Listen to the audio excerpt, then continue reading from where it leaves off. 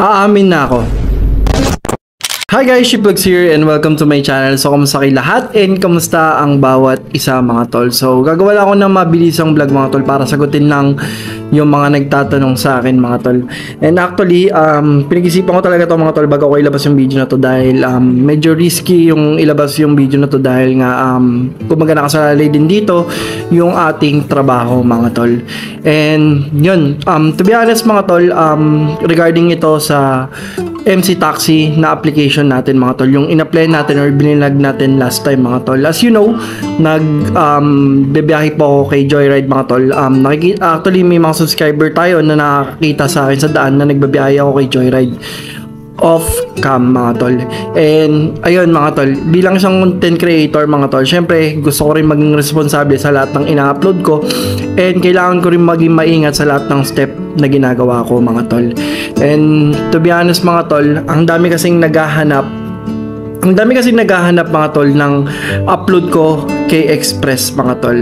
And dumating din kasi sa point na kailangan kong mamili. Dalawang MC application is bawal sa rider mga tol. May chance kasi na pwede kang matanggal sa isang application mga tol. Dahil kasama yan sa pinirmahan mo pag ikaw nag-apply sa isang MC Taxi application mga tol. And dumating talaga sa point na kailangan kong mamili mga tol.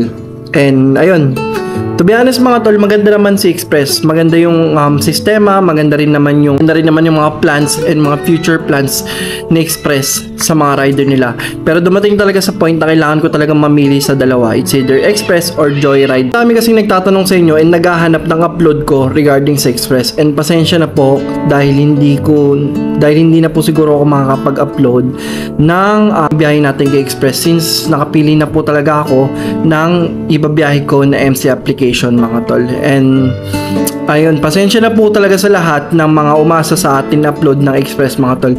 And to be honest, maganda po ang plano ng Express para sa atin mga tol or para sa mga rider mga tol. Kasi kung nag-orientation ako, isa sa mga plano ng application na yun is pwede kang mag-loan lalo na pag active ka doon sa application. And marami pang feature yung application mga tol, lalo na pag nagtagal at gumanda yung sistema ng application mga tol. Pero yun nga, bilang isang adulting mga tol, syempre kailangan kong mamili sa dalawa kung sino talaga yung pinaka stable na income and at the same time kasi yung bills ko po every month. And to be honest mga tol, isa sa main source of income ko is si Joyride mga tol. So to be honest, si Joyride kasi kaya ako siya napili mga tol dahil isa siya sa pinaka magandang application sa lahat. Since nung naglalamove tayo, nung nag-apply ako dito, ibang-iba talaga yung kitaan mga tol.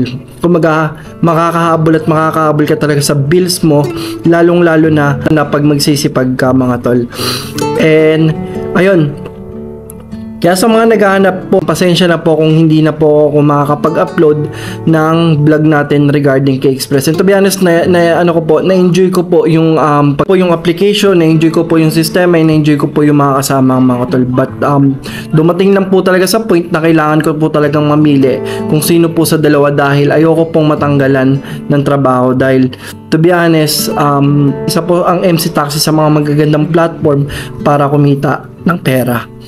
So, bilang isang content creator po, kailangan ko pong mag-ingat kung ano po yung mga ina-upload ko and kung ano po yung mga ginagawa ko. Kaya pasensya na po kayo kung namili po ako kung sino po talaga sa dalawa. But to be honest, maganda po yung dalawang application. Ang akin lang po kasi is may bills din po akong binabayaran every month na kailangan kong mamili kung sino po talaga yung pinaka talagang magpapag-provide sa bills ko every month po. So, yun lang mga tol. Bali, maraming salamat and I hope sana naintindihan nyo po yung naging decision ko and kung bakit hindi na po ako nakakapag-upload ng biyahe ko kay Express. So, yun lang. Mabilis ang video lang to mga tol kasi sobrang dami talaga nagtatanong. Ang dami naghahanap, ang dami nagko-comment, ang dami nagme-message.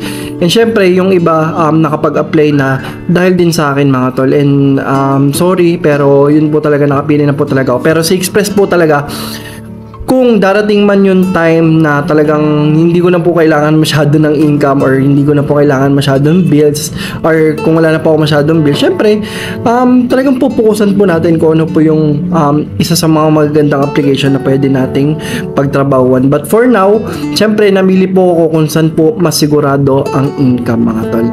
And yun lang, maraming salamat kung nakabot ka man dito, and don't forget to comment, like, and follow or subscribe kung nagustuhan mo yung mga ganitong content. Pero babalik na po tayo sa pag-upload din ng Joyride at Lalamove. So yan lang, maraming salamat, and this is Ship Vlogs.